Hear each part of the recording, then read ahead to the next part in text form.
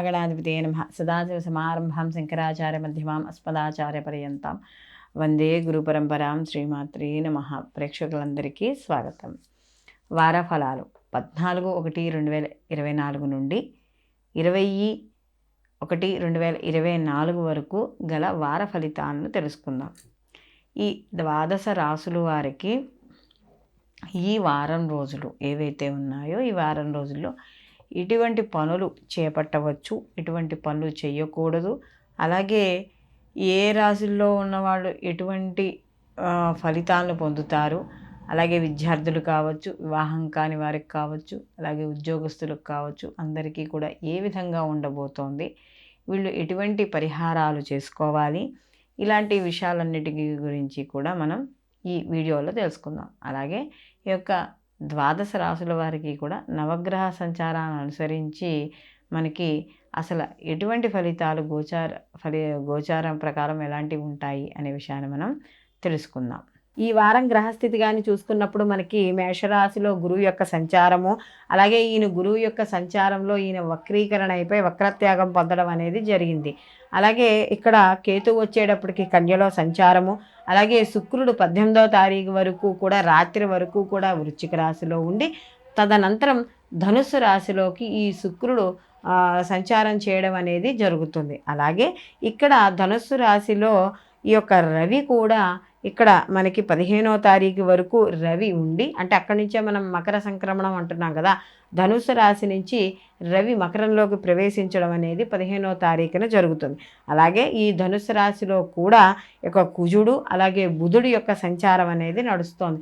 కుంభరాశిలో ఈ వారము శని కుంభరాశిలో సంచారం చేయడం, తన స్వక్షేత్రంలో మూల త్రికోణ స్థానంలో శని సంచారం చేయడం, అలాగే కుంభరాశిలో ఈ వార ప్రారంభం నుండి కూడా చంద్రుడు కుంభ మీన మేష రాశిల్లో సంచారం చేయడం అనేది జరుగుతుంది.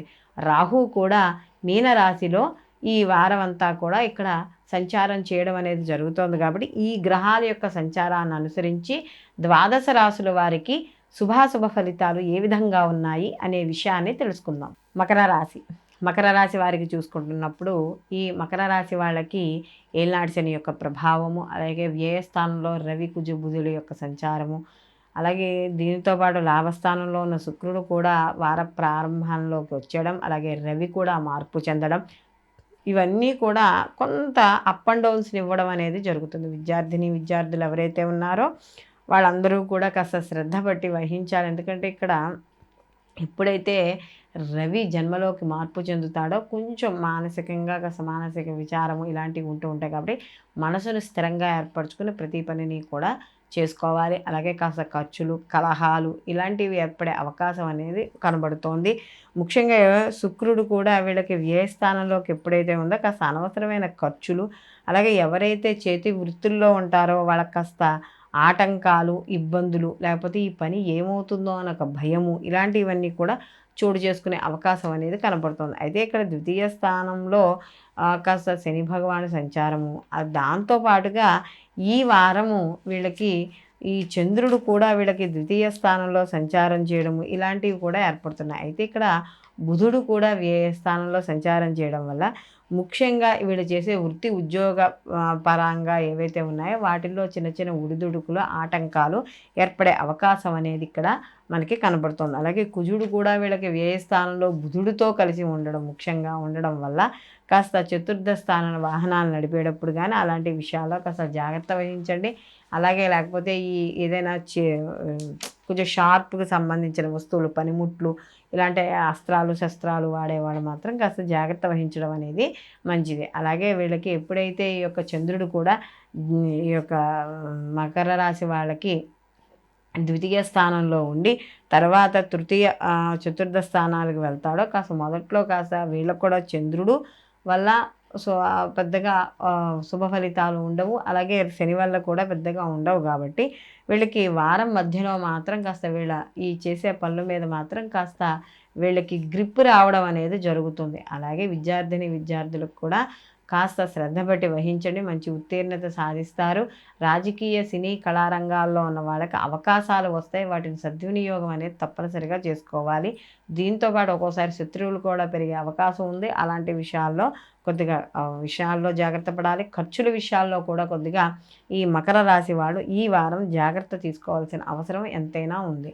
వీళ్ళు మరిన్ని మంచి ఫలితాలు పొందడానికి వీరు ప్రతి నిత్యము కూడా తెల్లటి పూలతో శివారాధన చేయడం, లేదా మీకు ఎక్కడైనా దగ్గరలో తెల్లటి శివలింగాన్ని కానీ కనబడితే ఆ తెల్లటి శివలింగానికి ప్రతిరోజు కూడా తేనెతో అభిషేకం చేసుకోవడం, తేనెతో కానీ ఆవు నేతితో కానీ అభిషేకం చేసుకోవడం ద్వారా ఆర్థికపరమైన వృద్ధి, శత్రునాశనం అనేది తప్పనిసరిగా ఈ మకర రాశి వాళ్ళకి కలుగుతుంది. అయితే ఇక్కడ మనకి ఈ గోచార ఫలితాలతో పాటుగా జన్మజాతక ఫలితాలు కూడా చూసుకోవాలి. అయితే జన్మజాతక ఫలితాలు అన్నప్పుడు ఒక వ్యక్తి పుట్టినప్పుడు ఆ పుట్టిన సమయము, అలాగే ఎక్కడ పుట్టారు, తేదీ ఏమిటి, ఏ సంవత్సరం, ఇలాంటి వివరాలతో ఉన్న ఏదైతే జన్మ తేదీలు ఉంటాయో వాటిని బట్టి కూడా మనకి అంటే ఈ జన్మ తేదీ అది తెలిస్తే మన జాతకం పూర్తిగా తెలియడం అనేది జరుగుతుంది. అంటే ఈ యొక్క వ్యక్తి జాతకంలో జరుగుతున్న మహర్దశలు కానీ అంతర్దశలు కానీ ఇవన్నీ కూడా ఏ విధంగా ఉంటాయి, ఇవి గోచార ఫలితము బాగుంటే, ఈ జన్మజాతకము కూడా బాగుంటే, ఈ రెండు యొక్క ఫలితాలు కలిపి ఆ యొక్క జాతకస్తుడికి ఆ యొక్క సమయం ఏదైతే ఉందో కొత్త పనులు చేపట్టడానికి కానీ, లేదా ఒక స్టెప్ ఏదైనా జీవితంలో ఎదగాలి అనుకుంటే ముందుకు వెళ్ళడానికి కానీ ఎటువంటి ఆటంకాలు ఉండవు. ఒకవేళ ఏవైనా గోచార ఫలితాల్లో కానీ సరిగ్గా లేకపోయినా,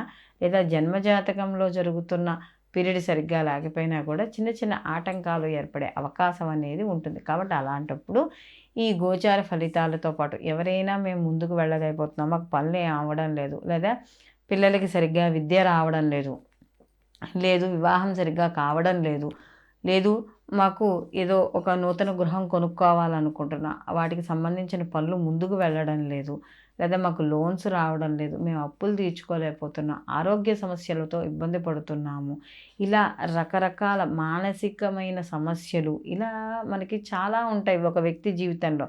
కాబట్టి ఇలాంటి ఎటువంటి సమస్యలైనా సరే ఈ గోచార ఫలితాలతో పాటుగా జన్మజాతక ఫలితాలు అంటే జన్మజాతకాన్ని కూడా తప్పకుండా పరిశీలనలోకి తీసుకుని ఆ యొక్క గ్రహాలు ఎటువంటి స్థితిలో ఉన్నాయో, జరుగుతున్న మహర్దశలను బట్టి ఆ వ్యక్తి యొక్క వ్యక్తిగత జాతకాన్ని బట్టి దాన్ని అనుసరించి చేసుకోవాల్సిన పరిహారాలు అంటే గోచార ప్రకారం చేసుకోవాల్సిన పరిహారాలతో పాటుగా జన్మజాతకంలో ఉండే దోషాల వల్ల ఏవైతే పనులు ఆటంకాలు ఏర్పడుతున్నాయో వాటి ద్వారా కూడా పరిహారాలు చేసుకున్నప్పుడు ఆ వ్యక్తి పూర్తి స్థాయిలో ఆ జాతకం ద్వారా వచ్చే మంచి ఫలితాన్ని, సంపూర్ణ ఫలితాన్ని పొందడం అనేది జరుగుతుంది.